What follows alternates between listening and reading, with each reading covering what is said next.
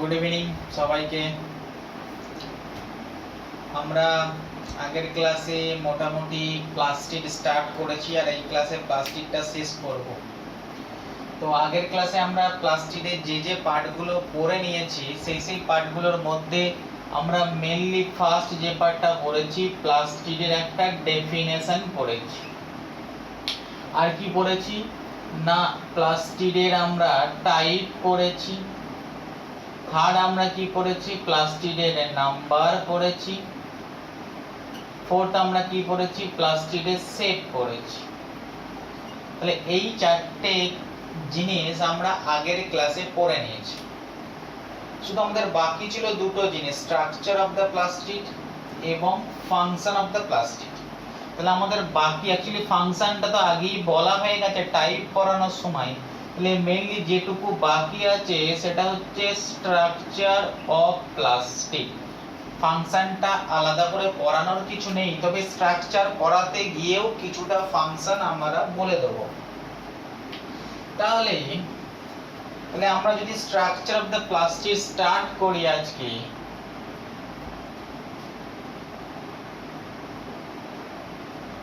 Structure of plastic.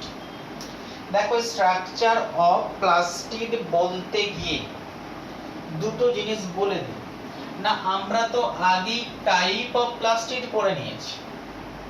তো type of plastic পড়তে গিয়ে আমরা এটা দেখেছি প্লাস্টিক বিভিন্ন টাইপের হয়। ক্রোমোপ্লাস্টিড হয়, ক্লোরোপ্লাস্টিড হয়, রোডোপ্লাস্টিড হয়, আবার লিউকোপ্লাস্টিড হয়। বাট যখন আমরা স্ট্রাকচার অফ দ্য প্লাস্টিড বলবো, আমরা এতগুলো প্লাস্টিডের মধ্যে সবচেয়ে কমনেস্ট ফর্ম ম্যাক্সিমাম হায়ার প্ল্যান্টে আমরা যে প্লাস্টিডটা পাই, যেটার জন্য প্ল্যান্ট পাতাকে আমরা চিনে থাকি, সেই ক্লোরোপ্লাস্টের কথাই বলবো। তাহলে স্ট্রাকচার বললি আমরা যে প্লাস্টিডটা পড়ি সেটা অ্যাকচুয়ালি ক্লোরোপ্লাস্ট। তাহলে আমরা স্ট্রাকচার অফ দ্য প্লাস্টিড আমরা পড়ি না, আমরা যেটা পড়ি স্ট্রাকচার অফ দ্য ক্লোরোপ্লাস্ট। এখন তুমি যখনই ক্লোরোপ্লাস্টের স্ট্রাকচারটা পড়তে যাবে, তাহলে পড়ার আগে নিশ্চয়ই তার সেই ক্লোরোপ্লাস্ট সম্পর্কে একটা ছবি তোমার সামনে আসা উচিত। তো যখন তোমাকে বলা হলো তাহলে ক্লোরোপ্লাস্টের ছবিটা কেমন হবে বা দেখতে কেমন হবে, তো তুমি তো এটা পড়েছো না, প্লাস্টিড বা ক্লোরোপ্লাস্টের শেপ বিভিন্ন রকমের হয়। কখনো স্পাইরাল শেপ, কখনো গ্রিডেল শেপ, কখনো কাপ শেপ, বিভিন্ন টাইপের হয়ে থাকে, কখনো রাউন্ড ওভাল শেপ। বাট এই এতগুলো শেপের মধ্যে সবচেয়ে কমনেস্ট ফর্মের যে শেপটা হয় সেটা হায়ার প্ল্যান্টে দেখতে পাওয়া যায়, এবং সেই শেপটা ছিল রাউন্ড অর ওভাল শেপ। বলে আমরা সবচেয়ে কমনেস্ট শেপটার ছবি আঁকবো যেটা হায়ার প্ল্যান্টগুলোতে পাওয়া যায়, সেই রাউন্ড অর ওভাল শেপ। তাহলে যদি আমি একটু বড় করে ক্লোরোপ্লাস্টের ছবি আঁকি, তাহলে ক্লোরোপ্লাস্টটা যদি আমি ধরে নিলাম রাউন্ড অর ওভাল শেপ। এখন তুমি ডেফিনেশন পড়তে গিয়ে জেনেছো যে মাইটোকন্ড্রিয়া এবং ক্লোরোপ্লাস্ট বা প্লাস্টিড এমন এই দুজনাই আছে সেলের মধ্যে যারা ডাবল মেমব্রেন। তার মানে নিশ্চয়ই ছবিটা আমার কমপ্লিট না, তার মানে এর বাইরেও একটা মেমব্রেন রয়েছে।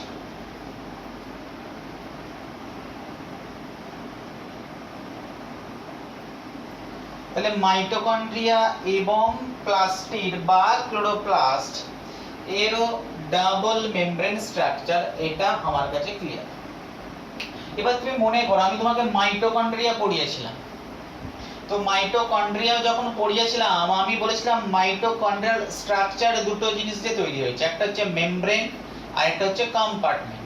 সেম জিনিস কিন্তু এখানেও মাইটোকন্ড্রিয়ার ছবির সঙ্গে এই ছবির খুব একটা ডিফারেন্স নেই। তাহলে একেও আমরা যখন পড়বো নিশ্চয়ই দুটো পার্টে আমার পড়া উচিত। কোন দুটো পার্টে না, একটা হচ্ছে মেমব্রেন পার্ট, আরেকটা হচ্ছে এই দুটো মেমব্রেন একে এগেন মাইটোকন্ড্রিয়ার মতোই দুটো কম্পার্টমেন্টে ভাগ করেছে। তাহলে বাইরের দিকটা হচ্ছে আউটার কম্পার্টমেন্ট আর ভিতরটা হচ্ছে ইনার কম্পার্টমেন্ট। তাহলে একেও আমি বলতে পারি দুটো কম্পার্টমেন্ট। তাহলে আমি ক্লোরোপ্লাস্টের স্ট্রাকচার ওই দুটো জিনিসই জানলাম, একটা মেমব্রেনাস পার্ট আছে আর একটা হচ্ছে এই মেমব্রেনাস পার্টটা টোটাল ক্লোরোপ্লাস্টটাকে দুটো কম্পার্টমেন্টে ভাগ করে, তাহলে একটা কম্পার্টমেন্ট বা প্রকোষ্ঠ রয়েছে। এখন যখন আমি মাইটোকন্ড্রিয়া পড়িয়েছিলাম তোমাদের খালি, তখন আমি মেমব্রেনাস পার্টটার উপর অনেকটা বেশি ফোকাস করেছিলাম। ক্লিয়ার? ম্যাট্রিক্স পার্ট বা কম্পার্টমেন্ট পার্টটার উপর আমি অতটা ফোকাস করিনি, কারণ মাইটোকন্ড্রিয়ার ফাংশন পড়াতে গিয়ে আমি মাইটোকন্ড্রিয়ার ইনার মেমব্রেনে কতগুলো ইম্পর্টেন্ট স্ট্রাকচারের কথাও বলেছিলাম এবং কয়েকটা ইম্পর্টেন্ট ফাংশনের কথাও বলেছিলাম, তাই আমাকে মাইটোকন্ড্রিয়াল মেমব্রেনটা খুবই ভালো করে পড়তে হয়েছিল। বাট যখন আমি প্লাস্টিডের ফাংশনের দিকে ফোকাস করলাম, দেখলাম এর ম্যাক্সিমাম ফাংশনটা পারফর্ম হয় কম্পার্টমেন্টে পার্টে, এর মেমব্রেনাস পার্টে সেরকম কোনো গুরুত্বপূর্ণ ফাংশন নেই। তাই আমরা যখনই ক্লোরোপ্লাস্ট পড়ব ওর মেমব্রেনাস পার্টের দিকে খুব একটা বেশি ফোকাস করব না, এবং কোশ্চেন ওই মেমব্রেনাস পার্ট থেকে এমসিকিউ সে অর্থে আসে না। শুধু এই দুটো জায়গায় জানবো যে এদেরও মেমব্রেন দুটো, একটা হচ্ছে আউটার মেমব্রেন আর একটা হচ্ছে ইনার মেমব্রেন। তাহলে এরও মাইটোকন্ড্রিয়ার মধ্যে দুটোই মেমব্রেন, আউটার মেমব্রেন এবং ইনার মেমব্রেন। বাট মাইটোকন্ড্রিয়ার ইনার মেমব্রেনটা বহুত ইম্পর্টেন্ট ছিল, অনেক বেশি ইম্পর্টেন্ট ছিল। বাট এই তো বললাম মেমব্রেনাস পার্টটা অতটা ইম্পর্টেন্ট নয়। শুধু দুটো পয়েন্ট এখান থেকে মনে রাখলেই হবে না, এর নেচার ঠিক মাইটোকন্ড্রিয়ার মেমব্রেনের মতনই। তার মানে কি না, মাইটোকন্ড্রিয়া যেমন আউটার মেমব্রেনে যে ফিচারটা ছিল পারমিয়াবিলিটি, এক্ষেত্রে ঠিক সেম জিনিস দেখতে পাওয়া যায় না, ক্লোরোপ্লাস্টের আউটার মেমব্রেনও পারমিয়াবল। মাইটোকন্ড্রিয়ার ইনার মেমব্রেন যেটা ছিল সিলেক্টিভলি পারমিয়াবল, এরও ক্ষেত্রে সেম জিনিস, the inner membrane is the selectively permeable.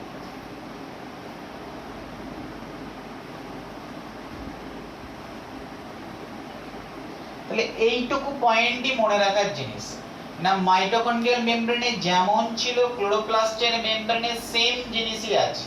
Outer membrane is the permeable membrane and inner membrane is the selectively permeable membrane। এরপরে তোমাদের বাংলা যে বইগুলোতে আছে দেখবে এই আউটার মেমব্রেনের একটা ডায়ামিটার দেওয়া আছে, ইনার মেমব্রেনের ডায়ামিটার দেওয়া আছে, এত কিছু পড়ার দরকার নেই আপাতত। তুমি মাইটোকন্ড্রিয়াল মেমব্রেনের মতো বলতেই পারো আউটার মেমব্রেনে প্রোটিন কন্টেন্ট কম আছে, এটাও ঠিক। ইনার মেমব্রেনে প্রোটিন কন্টেন্ট বেশি আছে, এটাও ঠিক। ক্লোরোপ্লাস্টও সেম জিনিস, আউটার মেমব্রেনে প্রোটিন কন্টেন্ট কম, ইনার মেমব্রেনে প্রোটিন কন্টেন্ট বেশি। বাট যে তোমরা মেমব্রেন নিয়ে বেশি ফোকাস করবো না, মেমব্রেন আমাদের কাছে ইম্পর্টেন্ট নয়, আমাদের কাছে ক্লোরোপ্লাস্টের মেইন ইম্পর্টেন্ট ফোকাস করার জায়গা হচ্ছে চেম্বার বা কম্পার্টমেন্ট। তো আমরা দেখছি দুটো কম্পার্টমেন্ট রয়েছে এর মধ্যে, একটাকে আমরা আউটার কম্পার্টমেন্ট বলবো, আরেকটাকে আমরা ইনার কম্পার্টমেন্ট বলবো। সেম জিনিস, আউটার কম্পার্টমেন্টের নামকরণের নিয়ম সেম। আমি কি বলেছি না, যেখানেই দুটো মেমব্রেন থাকে তার মাঝে যদি কোনো একটা স্পেসের নামকরণ করতে হয়, তাহলে এই স্ট্রাকচারটা চারিপাশে, তাই ফার্স্ট ওয়ার্ড বলেছি পেরি, তারপরে দেখেছি স্ট্রাকচারটার নাম কি না, স্ট্রাকচারটার নাম হচ্ছে প্লাস্টিড বা ক্লোরোপ্লাস্ট। তাহলে আমার নামকরণটা হবে পেরিপ্লাস্টিডিয়াল স্পেস।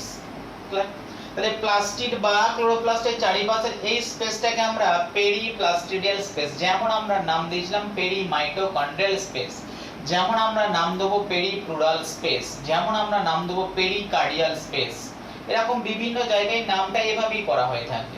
তাহলে এই যে আউটার কম্পার্টমেন্ট যেটা আছে তার নাম আমরা সবাই জানলাম, দিস ইজ কল্ড পেরি, মানে চারিপাশে। কার চারিপাশে না, প্লাস্টিক, তাই সেকেন্ড নামটা হয় প্লাস্টিক। তারপরে আমরা স্পেস কথাটা যোগ করে দিই, পেরিপ্লাস্টিডিয়াল স্পেস। ক্লিয়ার? বাট মেইনলি যে স্পেসটার জন্য আমরা পড়ছি, স্ট্রাকচার পড়ছি, সেটা হচ্ছে ইনার স্পেস। এবং এই ইনার স্পেসটার নাম আমরা মাইটোকন্ড্রিয়াতে যা দিয়েছি এখানেও তাই দেবো, this space is called the matrix. Clear? এই স্পেসটার নাম দেওয়া থেকে ম্যাট্রিক্স। এখন মাইটোকন্ড্রিয়াল ম্যাট্রিক্স আর ক্লোরোপ্লাস্টের ম্যাট্রিক্সের নামটা এক হয়ে যায়, তাই অনেকেই ম্যাট্রিক্সটাকে অবলিক দিয়ে লিখে থাকে স্ট্রমা। তার মানে ভেতরের এই টোটাল স্পেসটাকে, তাহলে এই বাইরের স্পেসটাকে আমরা পেরিমাইটোকন্ড্রিয়াল স্পেস বললেও না ভিতরে এই টোটাল স্পেসটাকে আমরা স্ট্রোমা বলে থাকি। অ্যাকচুয়ালি তুমি যখনই স্ট্রাকচার অফ দ্য ক্লোরোপ্লাস্ট পড়ছো, তার মানে তুমি মেইনলি যে জায়গাটাতে ফোকাস করছো সেটা হচ্ছে ক্লোরোপ্লাস্টের ম্যাট্রিক্স অর স্ট্রোমা। কারণ এই প্লাস্টিড ক্লোরোপ্লাস্টের মেইন ফাংশন হচ্ছে ফটোসিনথেসিস, এবং এই ফটোসিনথেসিস জানবে দুটো স্টেপে হয়। যখন তোমরা পড়বে ফটোসিনথেসিস চ্যাপ্টারটা তোমাদের পড়ানো হবে, তখন তোমরা জানতে পারবে এই ফটোসিনথেসিস দুটো স্টেপে হয়। ফার্স্ট স্টেপ হচ্ছে light reaction, actually light reaction নাই, লাইট ডিপেন্ডেন্ট রিঅ্যাকশন। আর সেকেন্ড স্টেপটাকে আমরা বলে থাকি লাইট ইন্ডিপেন্ডেন্ট রিঅ্যাকশন। এটাকে আমরা ডার্ক রিঅ্যাকশন হিসেবে ধরে নিই। ডার্ক মানে অন্ধকার ব্যাপারটা নয়, ডার্ক মানে এখানে বোঝানো হয়েছে লাইট না থাকলেও চলবে। ক্লিয়ার? তাহলে এই যে টোটাল লাইট আর ডার্ক রিঅ্যাকশনের কথা বলছি, এই লাইট এবং ডার্ক রিঅ্যাকশনের মাধ্যমেই আমাদের ফটোসিনথেসিস হয়ে থাকে। আর এই টোটাল লাইট এবং ডার্ক রিঅ্যাকশনটা হওয়ার জন্য যা কিছু লাগে, যা কিছু দরকার, সমস্ত জিনিসপত্র ম্যাট্রিক্স বা স্ট্রোমাতে থাকে। তাই আমরা ফটোসিনথেসিসের মেইন জিনিস হিসাবে ক্লোরোপ্লাস্টের যে জায়গাটা পড়া উচিত সেটা হচ্ছে ম্যাট্রিক্স বা স্ট্রোমা। সেজন্য স্ট্রাকচার বলতে গেলে আমাকে এই জায়গাটা পুরো রকম একদম ডিটেইলসে ক্লিয়ার রাখতে হবে যে ম্যাট্রিক্স বা স্ট্রোমায় কি কি আছে, কোন পার্ট কি কাজ করে, কোথায় লাইট রিঅ্যাকশন হয়, কোথায় ডার্ক রিঅ্যাকশন হয়, লাইট রিঅ্যাকশনে কি জিনিস তৈরি হয়, সেটা গিয়ে ডার্ক রিঅ্যাকশনে কি হয়। এই টোটাল পার্টটা কিছুটা এখানে পড়বো, কিছুটা আমরা ফটোসিনথেসিস থেকে কমপ্লিট করব। তাহলে আশা করছি এতটুকু পার্ট আমাদের ক্লিয়ার হয়ে গেছে। তাহলে আমি যে স্ট্রোমাটার কথা বলছি, এখন স্ট্রাকচার পার্টে আসি। তাহলে আমি যে স্ট্রোমাটার কথা বলছি, তাহলে এই স্ট্রোমাতে আছে এটা কি? তাহলে এই স্ট্রোমার মধ্যে যদি সোজা হয়ে মনে রাখতে চাও, তাহলে মেইনলি চারটে জিনিসের কথা স্ট্রোমার মধ্যে তুমি মনে রাখবে। কোন চারটে জিনিসের কথা মনে রাখবে? না ফার্স্ট, এই স্ট্রোমার মধ্যে কতগুলো কয়েন লাইক স্ট্রাকচার পাওয়া যায়। কয়েন, এখন কয়েন বললাম বলে অনেক তুমি কি করলে বইয়েতেও পড়ে নিলে কয়েন লাইক স্ট্রাকচার, বইতে দেখবে তার পাশে এরকম মেজারমেন্ট দেয়া আছে এত ইনটু এত অ্যাংস্ট্রম। এখন অ্যাংস্ট্রম মনে রাখতে পারবে না, সোজা কথা বলে দিচ্ছি, কিন্তু নামগুলো মনে রাখার চেষ্টা করবে। না ফার্স্ট বললাম এই ক্লোরোপ্লাস্টের মধ্যে এরকম কয়েন লাইক কতগুলো স্ট্রাকচার পাওয়া যায়। না এই যে কয়েনের মতো দেখতে স্ট্রাকচারটার নাম দেওয়া হয় তাকে থাইলাকয়েড। তাহলে ফার্স্ট পয়েন্ট যে আমরা এর স্ট্রোমার মধ্যে কি দেখতে পাই, না আমরা দেখলাম এই স্ট্রোমার মধ্যে একটা কয়েন লাইক স্ট্রাকচার দেখতে পাই। এই কয়েন লাইক স্ট্রাকচারটার নাম দিলাম থাইলাকয়েড। ক্লিয়ার? বাট ব্যাপারটা হচ্ছে স্ট্রোমার মধ্যে এই থাইলাকয়েড একাও থাকতে পারে, অথবা বাট ম্যাক্সিমাম জায়গায় এই থাইলাকয়েড একা থাকে না। কিরকম করে থাকে?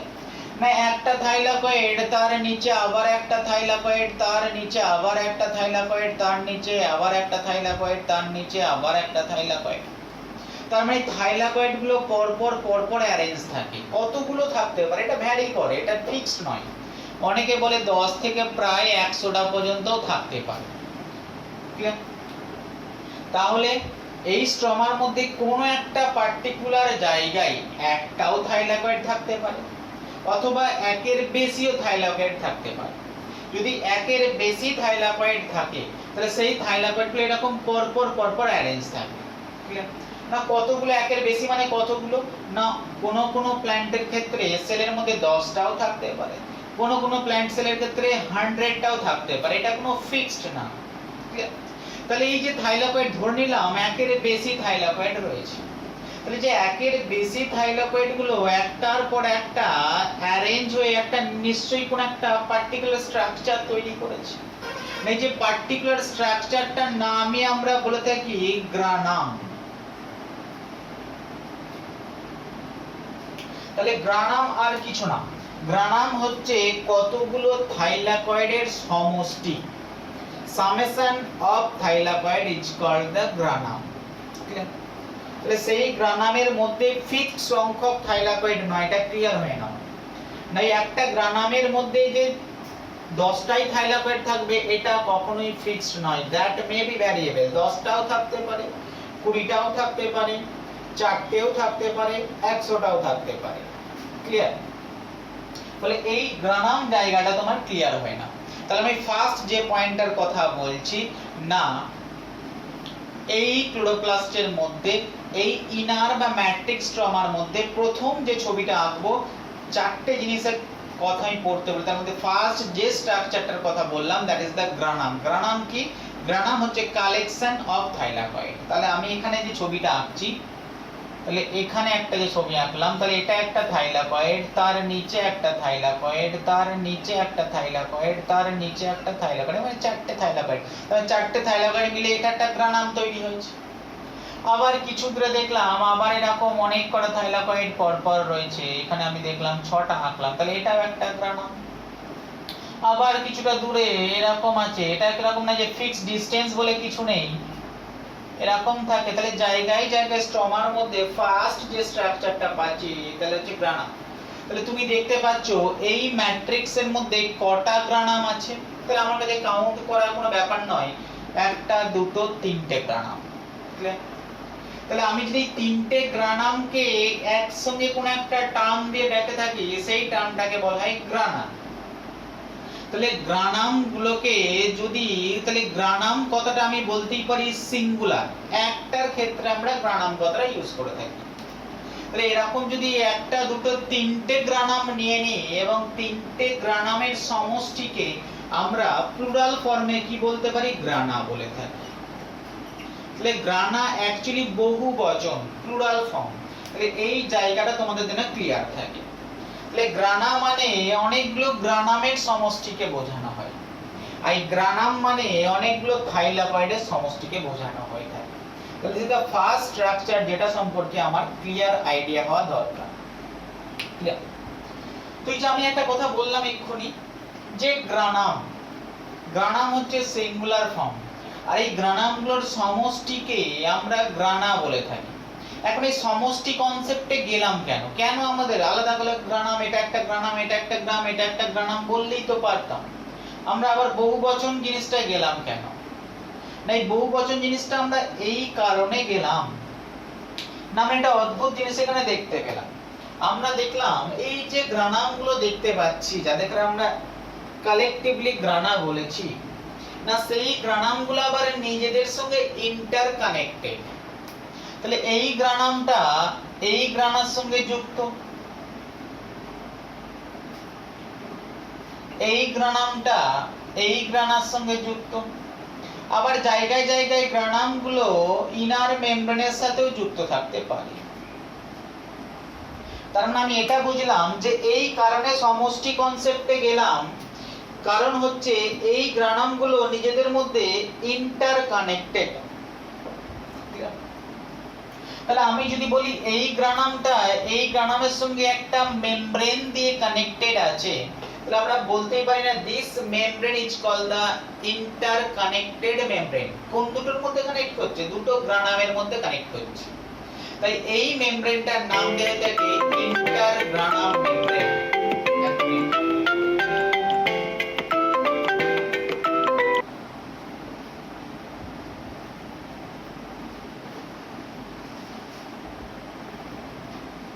তাই এই মেমব্রেনটাকে আমরা বলতেই পারি ইন্টারগ্রানাম মেমব্রেন। তাই এই মেমব্রেনটার নাম দেওয়া হয়ে থাকে ইন্টারগ্রানাম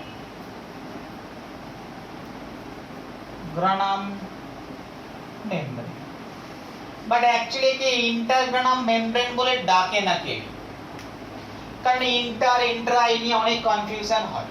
ইন্টারগ্রানাম মেমব্রেন বলে একে খুব একজন কেউ ডাকে না, একে মেইনলি কি নামে সবাই দেখে থাকে?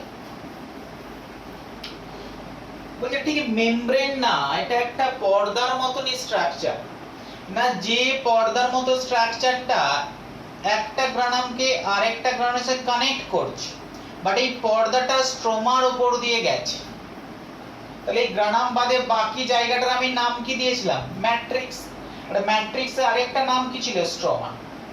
তো বললো এমন একটা মেমব্রেন বা পর্দার মতো স্ট্রাকচার যেটা স্ট্রমাকে ক্রস করেছে দিয়ে একটা গ্রানামের সঙ্গে আরেকটা গ্রানামকে কানেক্ট করেছে। তাহলে পর্দাকে অনেক সময় ল্যামেলা বলা হয়ে থাকে। যে পর্দাটা স্ট্রমার উপর দিয়ে গেছে সেই মেমব্রেনটার নাম হয়ে গেল, পর্দাটার নাম হয়ে গেল স্ট্রমা ল্যামেলি।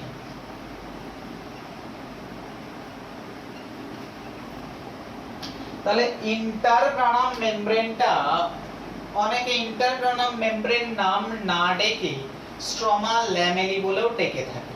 তাহলে এই জায়গাটা আমার কাছে ক্লিয়ার। বাট তোমরা যখন পরীক্ষা দিতে যাবে তখন দেখবে না একে কেউ ইন্টারগ্রানাম মেমব্রেন দিয়ে কোশ্চেন দিয়েছে, না স্ট্রমা ল্যামেলি দিয়ে কোশ্চেন দিয়েছে। তোমাকে একটা কোশ্চেন দিয়েছে যে ফ্রেড মেমব্রেন কোথায় দেখতে পাওয়া যায়, যে ফ্রেড মেমব্রেন কোথায় দেখা যায়। তো ফ্রেড মেমব্রেন কোথায় দেখা যায় না আমরা তো জানি না, নামটা পড়িনি। তো অ্যাকচুয়ালি জানা গেল যে এই যে স্ট্রমা ল্যামেলি বলে যার কথা বলছি, যে সায়েন্টিস্ট ফার্স্ট এই জিনিসটা দেখেছিলেন তার নাম ছিল ফ্রেড। তাই অনেকে এই স্ট্রমা ল্যামেলিটাকে আরো একটা নামে ডেকে থাকেন।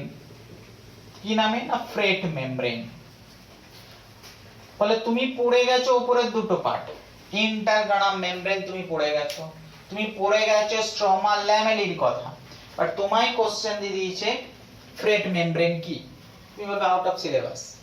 বাট অ্যাকচুয়ালি জিনিসটা একই, তুমি শুধু একটা লাইন এক্সট্রা জানলে অ্যানসারটা করে দিতে পারবে। তাহলে যেটাই স্ট্রমা ল্যামেলি, যেটাই ইন্টারগ্রানাম মেমব্রেন, তারই আরেকটা নাম হচ্ছে ফ্রেড মেমব্রেন, সায়েন্টিস্টের নাম অনুসারে বলা হয়ে থাকে। তাহলে আশা করছি এই ফার্স্ট পয়েন্ট তোমার ক্লিয়ার হয়ে গেছে। তোমার কাছে ক্লিয়ার হলো গ্রানাম কি জিনিস, তোমার কাছে ক্লিয়ার হলো গ্রানা কি জিনিস, তোমার কাছে ক্লিয়ার হলো ফ্রেড মেমব্রেন কি জিনিস। আপাতত এইটুকু। তাহলে এই জায়গাটা আমার কাছে ক্লিয়ার হয়ে গেছে।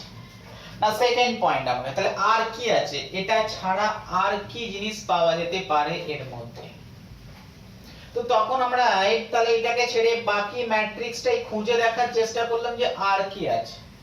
না সেকেন্ড যে স্ট্রাকচারটা আমরা এর মধ্যে দেখতে পেলাম সেটা আমরা মাইটোকন্ড্রিয়ার মধ্যেও পেয়েছিলাম নাকি না, দিস ইজ এ ডিএনএ। এই যে ডিএনএ টা দেখতে পাচ্ছ তাহলে একটা স্ট্র্যান্ড আছে না দুটো স্ট্র্যান্ড আছে, that is the double stranded DNA.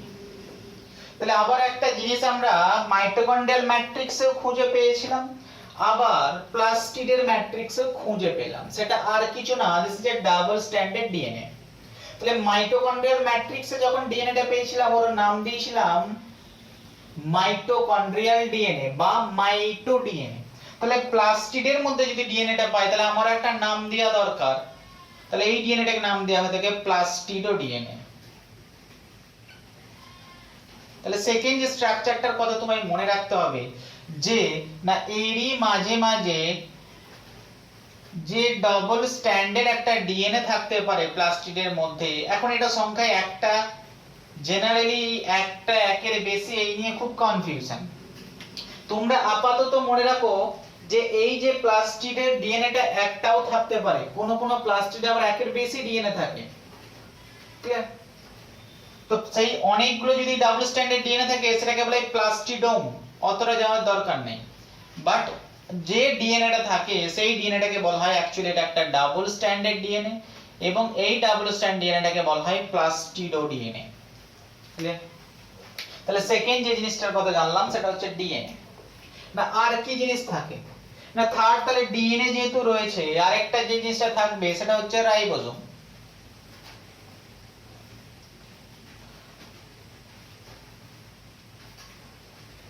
তাহলে থার্ড যে জিনিসটা আমরা এর মধ্যে দেখতে পাই সেটা আর কিছু না, দ্যাট ইজ দ্য রাইবোজোম।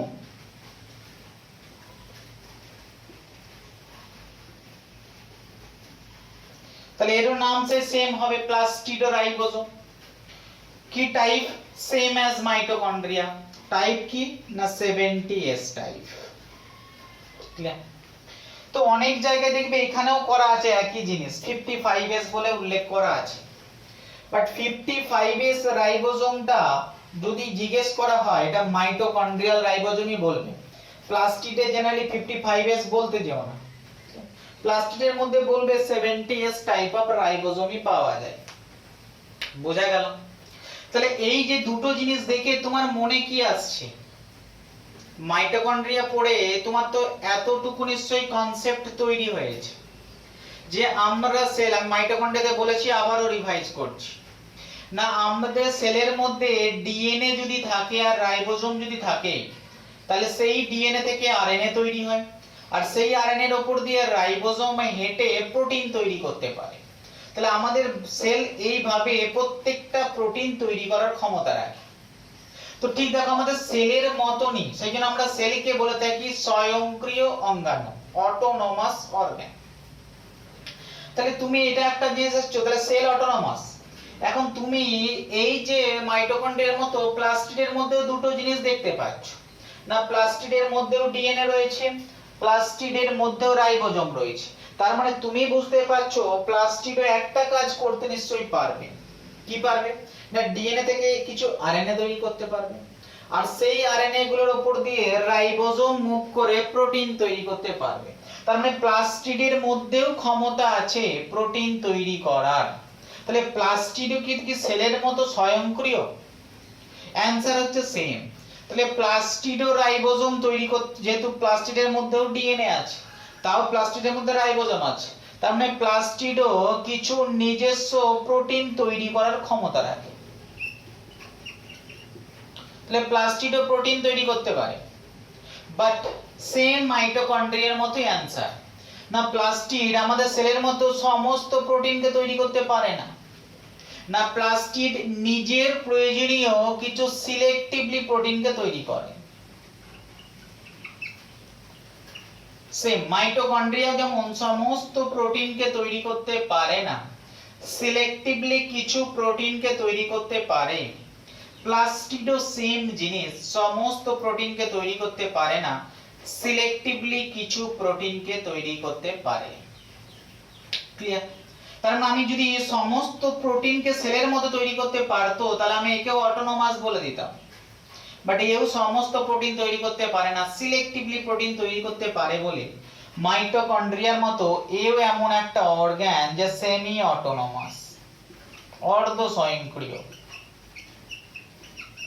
বলে তোমায় যদি জিজ্ঞেস করা হয় যে সেমি অটোনোমাস অর্গান কি, তো তুমি দুম করে কোশ্চেনটা দেখি অ্যানসার দেবে না। তুমি দেখবে কোশ্চেনটা কি লেখা আছে, যে একটা অ্যানিমাল সেলের ক্ষেত্রে which one is the semi autonomous organ, answer A plastid, B দেয়া আছে মাইটোকন্ড্রিয়া, সি একটা দেওয়া আছে, D both A and B. তুমি জানো দুটি, মেরে দিলে ডি অ্যানসার। তুমি পড়ে নেবে যে প্ল্যান্ট সেল বলেছে না অ্যানিমাল সেল বলেছে। ক্লিয়ার? তাহলে প্ল্যান্ট সেল যদি হতো তাহলে বোথ হতো, কারণ প্ল্যান্ট সেলের মধ্যে মাইটোকন্ড্রিয়া থাকবে, প্লাস্টিডও থাকবে, ক্লোরোপ্লাস্টও থাকবে। বাট যদি কোশ্চেনটা অ্যানিমাল সেল দিয়ে দেয়, তাহলে অটোনোমাস অর্গান একজনই হবে, কে? মাইটোকন্ড্রিয়া। বলি কোশ্চেনটা দেখবে, পুরোটা পড়বে, অ্যানিমাল, প্ল্যান্ট, আর যদি কিছুই না থাকে একটা সেলের মধ্যে অটোনোমাস অর্গান কোনটি, কোনগুলো, তখন দুটোই, কারণ কোনো উল্লেখ যদি না থাকে তাহলে তোমাকে বুঝে নিতে হবে তুমি দুটোরই অ্যানসার চেয়েছো। বলে কোশ্চেনটা অ্যানসার দেওয়ার আগে একবার পড়ে নেবে কি লেখা আছে, অ্যানিমাল না প্ল্যান্ট না কিছুই লেখা নেই, তার উপর ডিপেন্ড করবে তোমার অ্যানসার কি হবে। তাড়াহুড়ো করবে না, খুব সোজা কোশ্চেন। তাহলে আমরা মোটামুটি তিনটে জিনিস স্ট্রাকচার যেটা আমরা ক্লোরোপ্লাস্টের মধ্যে পেলাম। ক্লিয়ার? আরেকটা জিনিস স্ট্রাকচার যেটা আমরা ক্লোরোপ্লাস্টের মধ্যে মনে রাখতে হবে, 4 নম্বর স্ট্রাকচার কি আছে, যেটা আমি এখানে লিখছি না, যেটা একটু পরে লিখবো, একটু পরে লিখবো, তখন ক্লিয়ার হবে, তখন